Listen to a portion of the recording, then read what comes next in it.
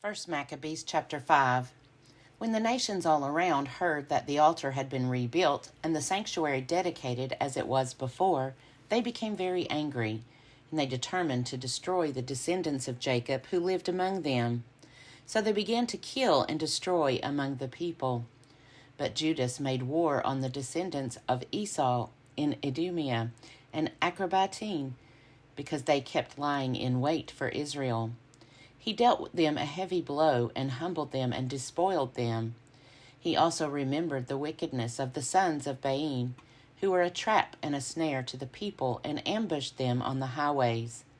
They were shut up by him in towers, and he encamped against them, vowed their complete destruction, and burned with fire their towers and all who were in them. Then he crossed over to attack the Ammonites, where he found a strong band and many people, with Timothy as their leader. He engaged in many battles with them, and they were crushed before him. He struck them down. He also took Jazer and its villages. Then he returned to Judea. Now the nations in Gilead gathered together against the Israelites, who lived in their territory, and planned to destroy them. But they fled to the stronghold of Dathema, and sent to Judas and his brothers letters that said, "The nations around us have gathered together to destroy us. They are preparing to come and capture the stronghold to which we have fled, and Timothy is leading their forces. Now then, come and rescue us from their hands, for many of us have fallen, and all our kindred who were in the land of Tobias have been killed. The enemy have captured their wives and children and goods, and have destroyed about 1,000 persons there." While the letters were still being read, other messengers, with their garments torn, came from Galilee and made a similar report. They said that the people of Ptolemais and Tyre and Sidon and all Galilee of the Gentiles had gathered together against them to annihilate us. When Judas and the people heard these messages, a great assembly was called to determine what they should do for their kindred who were in distress and were being attacked by enemies. Then Judas said to his brother Simon, "Choose your men and go and rescue your kindred in Galilee. Jonathan, my brother, and I will go to Gilead." But he left Joseph, son of Zechariah, and Azariah, a leader of the people, with the rest of the forces in Judea to guard it, and he gave them this command: "Take charge of this people, but do not engage in battle with the nations until we return." Then 3,000 men were assigned to Simon to go to Galilee, and 8,000 to Judas for Gilead. So Simon went to Galilee and fought many battles against the nations, and the nations were crushed before him. He pursued them to the gate of Ptolemais. As many as 3,000 of the nations fell, and he despoiled them. Then he took the Jews of Galilee and Arbadah with their wives and children and all they possessed, and led them to Judea with great rejoicing. Judas Maccabeus and his brother Jonathan crossed the Jordan and made 3 days' journey into the wilderness.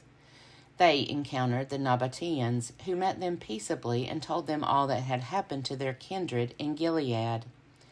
Many of them have been shut up in Bozrah and Bosar, in Alama and Caspo, Maked and Carnaim.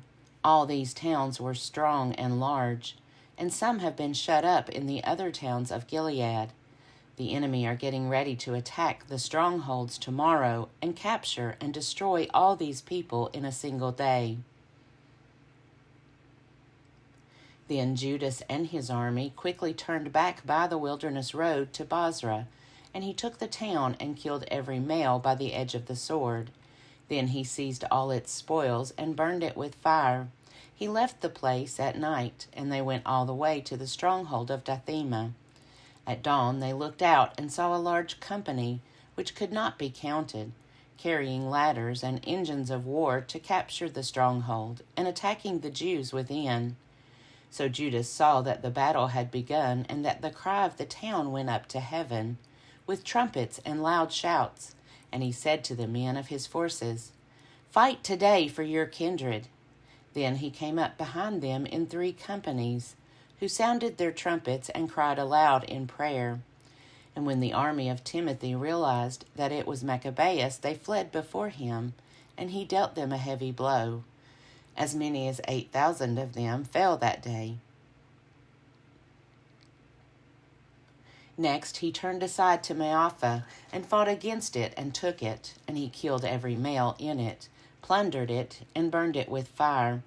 From there he marched on and took Caspho, Maked, and Bosar, and the other towns of Gilead. After these things, Timothy gathered another army and encamped opposite Raphon, on the other side of the stream. Judas sent men to spy out the camp, and they reported to him, "All the nations around us have gathered to him. It is a very large force. They also have hired Arabs to help them, and they are encamped across the stream ready to come and fight against you." And Judas went to meet them. Now as Judas and his army drew near to the stream of water, Timothy said to the officers of his forces, "If he crosses over to us first, we will not be able to resist him, for he will surely defeat us. But if he shows fear and camps on the other side of the river, we will cross over to him and defeat him." When Judas approached the stream of water, he stationed the officers of the army at the stream and gave them this command: "Permit no one to encamp, but make them all enter the battle." Then he crossed over against them first, and the whole army followed him. All the nations were defeated before him, and they threw away their arms and fled into the sacred precincts at Carnaim. But he took the town and burned the sacred precincts with fire, together with all who were in them. Thus Carnaim was conquered. They could stand before Judas no longer.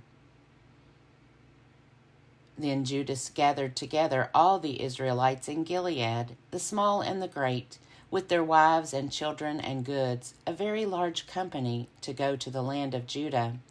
So they came to Ephron. This was a large and very strong town on the road, and they could not go around it to the right or to the left. They had to go through it. But the people of the town shut them out and blocked up the gates with stones. Judas sent them this friendly message: "Let us pass through your land to get to our land. No one will do you harm. We will simply pass by on foot." But they refused to open to him. Then Judas ordered proclamation to be made to the army that all should encamp where they were. So the men of the forces encamped, and he fought against the town all that day and all the night, and the town was delivered into his hands. He destroyed every male by the edge of the sword, and razed and plundered the town. Then he passed through the town over the bodies of the dead. Then they crossed the Jordan into the large plain before Bethshan. Judas kept rallying the laggards and encouraging the people all the way until he came to the land of Judah. So they went up to Mount Zion with joy and gladness and offered burnt offerings, because they had returned in safety. Not one of them had fallen. Now while Judas and Jonathan were in Gilead, and their brother Simon was in Galilee before Ptolemais, Joseph, son of Zechariah, and Azariah, the commanders of the forces, heard of their brave deeds and of the heroic war they had fought. So they said, "Let us also make a name for ourselves. Let us go and make war on the nations around us." So they issued orders to the men of the forces that were with them and marched against Jamnia. Gorgias and his men came out of the town to meet them in battle. Then Joseph and Azariah were routed and were pursued to the borders of Judea. As many as 2,000 of the people of Israel fell that day. Thus the people suffered a great rout because, thinking to do a brave deed, they did not listen to Judas and his brothers. But they did not belong to the family of those men through whom deliverance was given to Israel. The man Judas and his brothers were greatly honored in all Israel and among all the nations. Wherever their name was heard, people gathered to them and praised them. Then Judas and his brothers went out and fought the descendants of Esau in the land to the south. He struck Hebron and its villages and tore down its strongholds and burned its towers on all sides. Then he marched off to go into the land of the Philistines and passed through Marissa. On that day, some priests who wished to do a brave deed fell in battle, for they went out to battle unwisely. But Judas turned aside to Azotus in the land of the Philistines. He tore down their altars, and the carved images of their gods he burned with fire. He plundered the towns and returned to the land of Judah. 1 Maccabees chapter 6. King Antiochus was going through the upper provinces when he heard that Elymais in Persia was a city famed for its wealth in silver and gold. Its temple was very rich, containing golden shields, breastplates, and weapons left there by Alexander, son of Philip, the Macedonian king, who first reigned over the Greeks. So he came and tried to take the city and plunder it, but he could not because his plan had become known to the citizens, and they withstood him in battle. So he fled, and in great disappointment left there to return to Babylon. Then someone came to him in Persia and reported that the armies that had gone into the land of Judah had been routed, that Lysias had gone first with a strong force but had turned and fled before the Jews, that the Jews had grown strong from the arms, supplies, and abundant spoils that they had taken from the armies they had cut down, that they had torn down the abomination that he had erected on the altar in Jerusalem, and that they had surrounded the sanctuary with high walls as before, and also Beth-zur his town. When the king heard this news, he was astounded and badly shaken. He took to his bed and became sick from disappointment because things had not turned out for him as he had planned. He lay there for many days because deep disappointment continually gripped him, and he realized that he was dying. So he called all his friends and said to them, "Sleep has departed from my eyes, and I am downhearted with worry. I said to myself, to what distress I have come, and into what a great flood I now am plunged. For I was kind and beloved in my power, but now I remember the wrong I did in Jerusalem. I seized all its vessels of silver and gold, and I sent to destroy the inhabitants of Judah without good reason. I know that it is because of this that these misfortunes have come upon me. Here I am, perishing of bitter disappointment in a strange land." Then he called for Philip, one of his friends, and made him ruler over all his kingdom. He gave him the crown and his robe and the signet so that he might guide his son, Antiochus, and bring him up to be king. Thus King Antiochus died there in the 149th year. When Lysias learned that the king was dead, he set up Antiochus, the king's son, to reign. Lysias had brought him up from boyhood. He named him Eupator. Meanwhile, the garrison in the citadel kept hemming Israel in around the sanctuary. They were trying in every way to harm them and strengthen the nations. Judas therefore resolved to destroy them and assembled all the people to besiege them. They gathered together and besieged the citadel in the 150th year, and he built siege towers and engines of war. But some of the garrison escaped from the siege, and some of the ungodly Israelites joined them.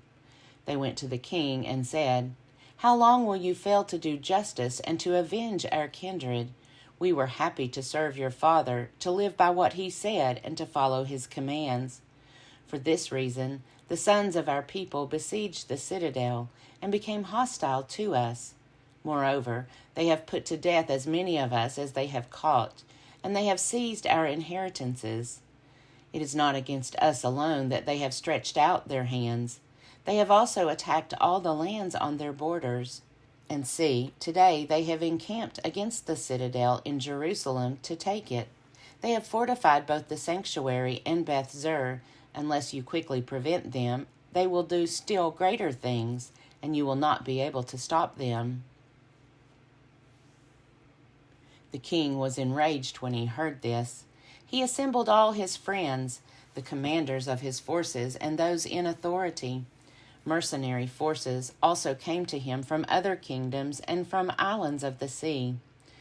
The number of his forces was 100,000 foot soldiers, 20,000 horsemen, and 32 elephants accustomed to war. They came through Idumea and encamped against Beth-zur, and for many days they fought and built engines of war. But the Jews sallied out and burned these with fire and fought courageously. Then Judas marched away from the citadel and encamped at Beth-Zechariah, opposite the camp of the king. Early in the morning the king set out and took his army by a forced march along the road to Beth-Zechariah, and his troops made ready for battle and sounded their trumpets. They offered the elephants the juice of grapes and mulberries to arouse them for battle. They distributed the animals among the phalanxes. With each elephant they stationed 1,000 men armed with coats of mail and with brass helmets on their heads, and 500 picked horsemen were assigned to each beast. These took their position beforehand wherever the animal was. Wherever it went, they went with it, and they never left it. On the elephants were wooden towers, strong and covered. They were fastened on each animal by special harness, and on each were 4 armed men who fought from there, and also its Indian driver. The rest of the cavalry were stationed on either side, on the 2 flanks of the army, to harass the enemy while being themselves protected by the phalanxes. When the sun shone on the shields of gold and brass, the hills were ablaze with them and gleamed like flaming torches. Now a part of the king's army was spread out on the high hills, and some troops were on the plain, and they advanced steadily and in good order. All who heard the noise made by their multitude, by the marching of the multitude and the clanking of their arms, trembled, for the army was very large and strong. But Judas and his army advanced to the battle, and 600 of the king's army fell. Now Eleazar, called Avaran, saw that one of the animals was equipped with royal armor. It was taller than all the others, and he supposed that the king was on it. So he gave his life to save his people and to win for himself an everlasting name. He courageously ran into the midst of the phalanx to reach it. He killed men right and left, and they parted before him on both sides. He got under the elephant, stabbed it from beneath, and killed it, but it fell to the ground upon him, and he died. When the Jews saw the royal might and the fierce attack of the forces, they turned away in flight. The soldiers of the king's army went up to Jerusalem against them, and the king encamped in Judea and at Mount Zion. He made peace with the people of Beth-zur, and they evacuated the town because they had no provisions there to withstand a siege, since it was a sabbatical year for the land. So the king took Beth-zur and stationed a guard there to hold it. Then he encamped before the sanctuary for many days. He set up siege towers, engines of war, devices to throw fire and stones, machines to shoot arrows, and catapults. The Jews also made engines of war to match theirs and fought for many days. But they had no food in storage because it was the 7th year. Those who had found safety in Judea from the nations had consumed the last of the stores. Only a few men were left in the sanctuary, the rest scattered to their own homes, for the famine proved too much for them. Then Lysias heard that Philip, whom King Antiochus, while still living, had appointed to bring up his son Antiochus to be king, had returned from Persia and Media with the forces that had gone with the king, and that he was trying to seize control of the government. So he quickly gave orders to withdraw and said to the king, to the commanders of the forces, and to the troops, "Daily we grow weaker, our food supply is scant, the place against which we are fighting is strong, and the affairs of the kingdom press urgently on us. Now then, let us come to terms with these people and make peace with them and with all their nation. Let us agree to let them live by their laws as they did before, for it was on account of their laws that we abolished, that they became angry and did all these things." The speech pleased the king and the commanders, and he sent to the Jews an offer of peace, and they accepted it. So the king and the commanders gave them their oath. On these conditions, the Jews evacuated the stronghold. But when the king entered Mount Zion and saw what a strong fortress the place was, he broke the oath he had sworn and gave orders to tear down the wall all around. Then he set off in haste and returned to Antioch. He found Philip in control of the city. But he fought against him and took the city by force. 1 Maccabees chapter 7. In the 151st year, Demetrius, son of Seleucus, set out from Rome. He sailed with a few men to a town by the sea, and there began to reign. As he was entering the royal palace of his ancestors, the army seized Antiochus and Lysias and to bring them to him. But when this act became known to him, he said, "Do not let me see their faces." So the army killed them, and Demetrius took his seat on the throne of his kingdom. Then there came to him all the renegade and godless men of Israel. They were led by Alcimus, who wanted to be high priest. They brought to the king this accusation against the people: "Judas and his brothers have destroyed all your friends and have driven us out of our land. Now then, send a man whom you trust. Let him go and see all the ruin that Judas has brought on us and on the land of the king, and let him punish them and all who help them." So the king chose Maccabees, one of the king's friends, governor of the province beyond the river. He was a great man in the kingdom and was faithful to the king. He sent him, and with him he sent the ungodly Alcimus, whom he made high priest, and he commanded him to take vengeance on the Israelites. So they marched away and came with a large force into the land of Judah. And he sent messengers to Judas and his brothers with peaceable but treacherous words. But they paid no attention to their words, for they saw that they had come with a large force. Then a group of scribes appeared in a body before Alcimus and Maccabees to ask for just terms. The Hasidians were first among the Israelites to seek peace from them, for they said, "A priest of the line of Aaron has come with the army, and he will not harm us." Alcimus spoke peaceable words to them and swore this oath to them: "We will not seek to injure you or your friends." So they trusted him, but he seized 60 of them and killed them in one day, in accordance with the word that was written: "The flesh of your faithful ones and their blood they poured out all around Jerusalem, and there was no one to bury them." Then the fear and dread of them fell on all the people, for they said, "There is no truth or justice in them, for they have violated the agreement and the oath that they swore." Then Maccabees withdrew from Jerusalem and encamped in Beth-Zaeth. And he sent and seized many of the men who had deserted to him, and some of the people, and killed them and threw them into a great pit. He placed Alcimus in charge of the country and left him with a force to help him. Then Maccabees went back to the king. Alcimus struggled to maintain his high priesthood, and all who were troubling their people joined him.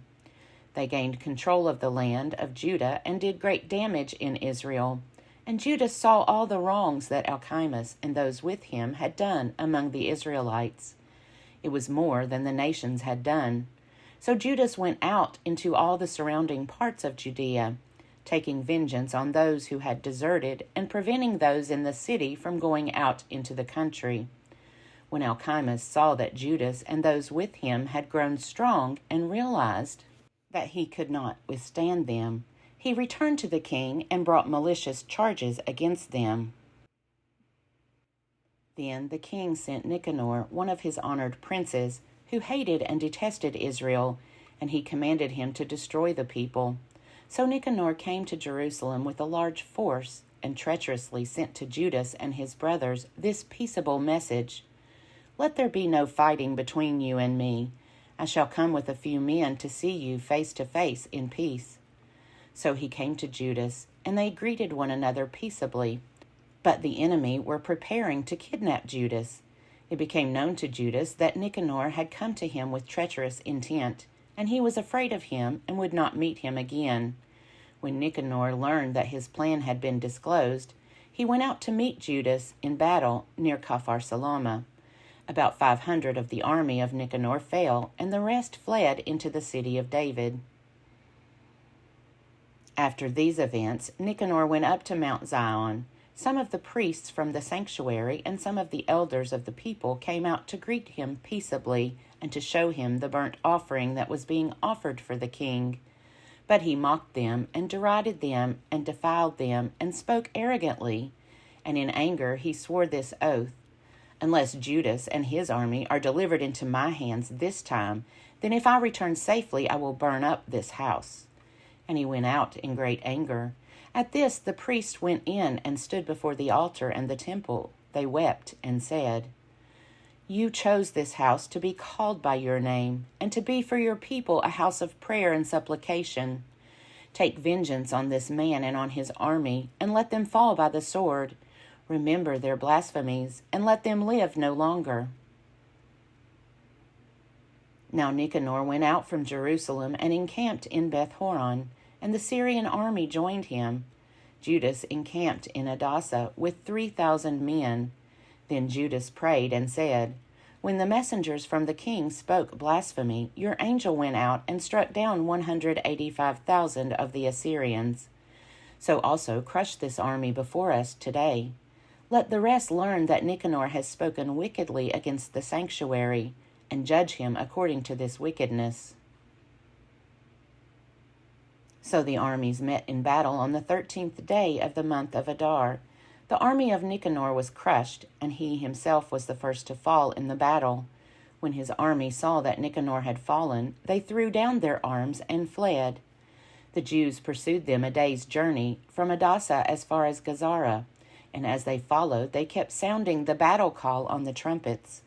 People came out of all the surrounding villages of Judea, and they outflanked the enemy and drove them back to their pursuers, so that they all fell by the sword. Not even one of them was left. Then the Jews seized the spoils and the plunder. They cut off Nicanor's head and the right hand that he had so arrogantly stretched out, and brought them and displayed them just outside Jerusalem. The people rejoiced greatly and celebrated that day as a day of great gladness. They decreed that this day should be celebrated each year on the 13th day of Adar. So the land of Judah had rest for a few days. 1 Maccabees chapter 8. Now Judas heard of the fame of the Romans, that they were very strong and were well disposed toward all who made an alliance with them, that they pledged friendship to those who came to them, and that they were very strong. He had been told of their wars and of the brave deeds that they were doing among the Gauls, how they had defeated them and forced them to pay tribute, and what they had done in the land of Spain to get control of the silver and gold mines there, and how they had gained control of the whole region by their planning and patience. Even though the place was far distant from them, they also subdued the kings who came against them from the ends of the earth, until they crushed them and inflicted great disaster on them.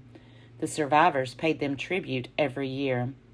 They had crushed in battle and conquered Philip and King Perseus of the Macedonians, and the others who rose up against them. They also had defeated Antiochus the Great, king of Asia, who went to fight against them with 120 elephants, and with cavalry and chariots and a very large army. He was crushed by them. They took him alive and decreed that he and those who would reign after him should pay a heavy tribute and give hostages and surrender some of their best provinces, the countries of India, Media, and Lydia. These they took from him and gave to King Eumenes. The Greeks planned to come and destroy them, but this became known to them, and they sent a general against the Greeks and attacked them. Many of them were wounded and fell, and the Romans took captive their wives and children. They plundered them, conquered the land, tore down their strongholds, and enslaved them to this day. The remaining kingdoms and islands, as many as ever opposed them, they destroyed and enslaved. But with their friends and those who rely on them, they have kept friendship. They have subdued kings far and near, and as many as have heard of their fame have feared them. Those whom they wish to help and to make kings, they make kings, and those whom they wish they depose, and they have been greatly exalted. Yet for all this not one of them has put on a crown or worn purple as a mark of pride, but they have built for themselves a senate chamber, and every day 320 senators constantly deliberate concerning the people, to govern them well. They trust one man each year to rule over them and to control all their land. They all heed the one man, and there is no envy or jealousy among them. So Judas chose Eupolemus, son of John, son of Achos, and Jason, son of Eleazar, and sent them to Rome to establish friendship and alliance, and to free themselves from the yoke. For they saw that the kingdom of the Greeks was enslaving Israel completely. They went to Rome, a very long journey, and they entered the Senate chamber and spoke as follows: Judas, who is also called Maccabees, and his brothers and the people of the Jews have sent us to you to establish alliance and peace with you, so that we may be enrolled as your allies and friends. The proposal pleased them, and this is a copy of the letter that they wrote in reply on bronze tablets, and sent to Jerusalem to remain with them there as a memorial of peace and alliance. May all go well with the Romans and with the nation of the Jews at sea and on land forever, and may sword and enemy be far from them. If war comes first to Rome or to any of their allies in all their dominion, the nation of the Jews shall act as their allies wholeheartedly, as the occasion may indicate to them. To the enemy that makes war they shall not give or supply grain, arms, money, or ships, just as Rome has decided, and they shall keep their obligations without receiving any return. In the same way, if war comes first to the nation of the Jews, the Romans shall willingly act as their allies, as the occasion may indicate to them, and to their enemies there shall not be given grain, arms, money, or ships, just as Rome has decided, and they shall keep these obligations and do so without deceit. Thus, on these terms, the Romans make a treaty with the Jewish people. If after these terms are in effect, both parties shall determine to add or delete anything, they shall do so at their discretion, and any addition or deletion that they make shall be valid. Concerning the wrongs that King Demetrius is doing to them, we have written to him as follows: Why have you made your yoke heavy on our friends and allies the Jews? If now they appeal again for help against you, we will defend their rights and fight you on sea and on land. 1 Maccabees chapter 9. When Demetrius heard that Nicanor and his army had fallen in battle, he sent Bacchides and Alcimus into the land of Judah a second time, and with them the right wing of the army. They went by the road that leads to Gilgal and encamped against Mesaloth in Arbela, and they took it and killed many people. In the first month of the 152nd year, they encamped against Jerusalem. Then they marched off and went to Berea with 20,000 foot soldiers and 2,000 cavalry. Now Judas was encamped in Elasa, and with him were 3,000 picked men. When they saw the huge number of the enemy forces, they were greatly frightened, and many slipped away from the camp until no more than 800 of them were left. When Judas saw that his army had slipped away and the battle was imminent, he was crushed in spirit, for he had no time to assemble them. He became faint, but he said to those who were left, "Let us get up and go against our enemies. We may have the strength to fight them." But they tried to dissuade him, saying, "We do not have the strength. Let us rather save our own lives now, and let us come back with our kindred and fight them, for we are too few." But Judas said, "Far be it from me to do such a thing as to flee from them. If our time has come, let us die bravely for our kindred and leave no cause to question our honor." Then the army of Bacchides marched out from the camp and took its stand for the encounter. The cavalry was divided into 2 companies, and the slingers and the archers went ahead of the army, as did all the chief warriors. Bacchides was on the right wing. Flanked by the 2 companies, the phalanx advanced to the sound of the trumpets, and the men with Judas also blew their trumpets. The earth was shaken by the noise of the armies, and the battle raged from morning until evening. Judas saw that Bacchides and the strength of his army were on the right. Then all the courageous men went with him, and they crushed the right wing, and he pursued them as far as Mount Azotus. When those on the left wing saw that the right wing was crushed, they turned and followed close behind Judas and his men. The battle became desperate, and many on both sides were wounded and fell. Judas also fell, and the rest fled. Then Jonathan and Simon took their brother Judas and buried him in the tomb of their ancestors at Modin, and wept for him. All Israel made great lamentation for him. They mourned many days, and said, "How is the mighty fallen, the Savior of Israel?" Now the rest of the acts of Judas, and his wars, and the brave deeds that he did, and his greatness have not been recorded, because they were very many. After the death of Judas, the renegades emerged in all parts of Israel. All the wrongdoers reappeared. In those days a very great famine occurred, and the country went over to their side. Maccabees chose the godless and put them in charge of the country. They made inquiry and searched for the friends of Judas, and brought them to Maccabees, who took vengeance on them and made sport of them. So there was great distress in Israel, such as had not been since the time a prophet had last appeared among them. Then all the friends of Judas assembled and said to Jonathan, "Since the death of your brother Judas, there has been no one like him to go against our enemies and Maccabees, and to deal with those of our nation who hate us. Now, therefore, we have chosen you today to take his place as our ruler and leader, to fight our battle." So Jonathan accepted the leadership at that time in place of his brother Judas. When Maccabees learned of this, he tried to kill him, but Jonathan and his brother Simon and all who were with him heard of it, and they fled into the wilderness of Tekoa, and camped by the water of the pool of Asphar. Maccabees found this out on the Sabbath day, and he with all his army crossed the Jordan. So Jonathan sent his brother as leader of the multitude, and begged the Nabateans, who were his friends, for permission to store with them the great amount of baggage that they had. But the family of Jambri from Medeba came out and seized John and all that he had, and left with it. After these things, it was reported to Jonathan and his brother Simon, "The family of Jambri are celebrating a great wedding, and are conducting the bride, a daughter of one of the great nobles of Canaan, from Nadabbath, with a large escort." Remembering how their brother John had been killed, they went up and hid under cover of the mountain. They looked out and saw a tumultuous procession with a great amount of baggage. And the bridegroom came out with his friends and his brothers to meet them, with tambourines and musicians and many weapons.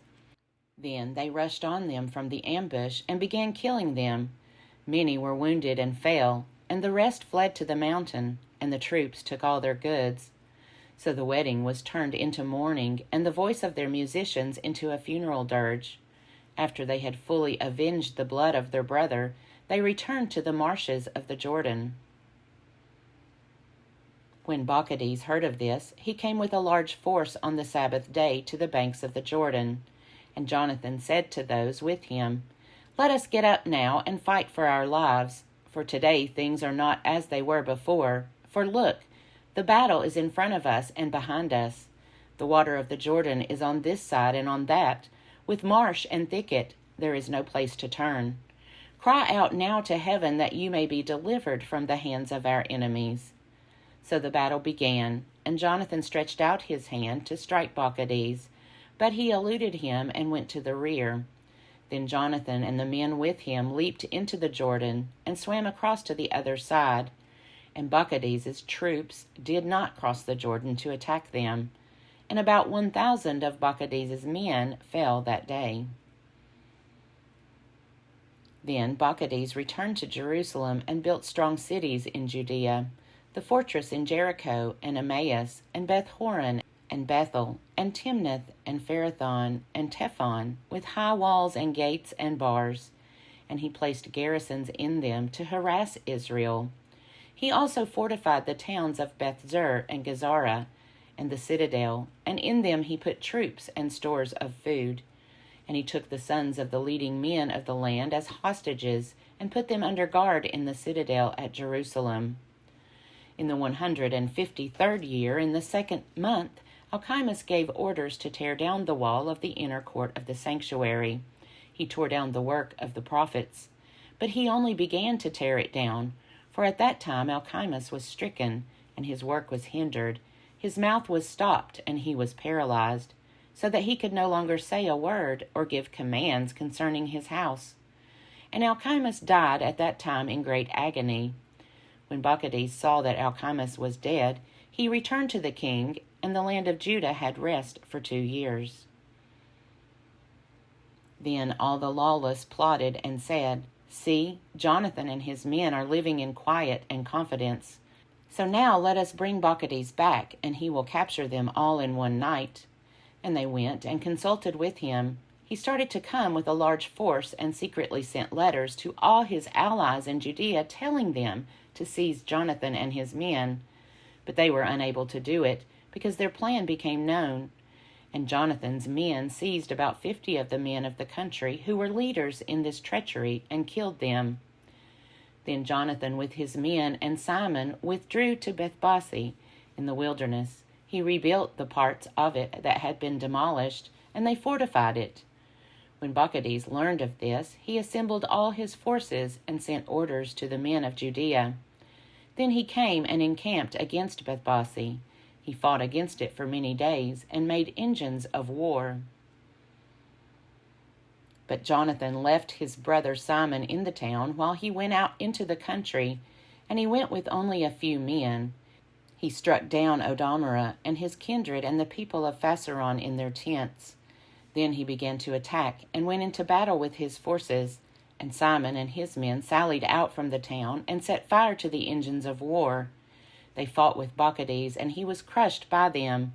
They pressed him very hard, for his plan and his expedition had been in vain. So he was very angry at the renegades who had counseled him to come into the country, and he killed many of them. Then he decided to go back to his own land. When Jonathan learned of this, he sent ambassadors to him to make peace with him and obtain release of the captives. He agreed and did as he said, and he swore to Jonathan that he would not try to harm him as long as he lived. He restored to him the captives whom he had taken previously from the land of Judah. Then he turned and went back to his own land, and did not come again into their territory. Thus the sword ceased from Israel. Jonathan settled in Michmash and began to judge the people, and he destroyed the godless out of Israel.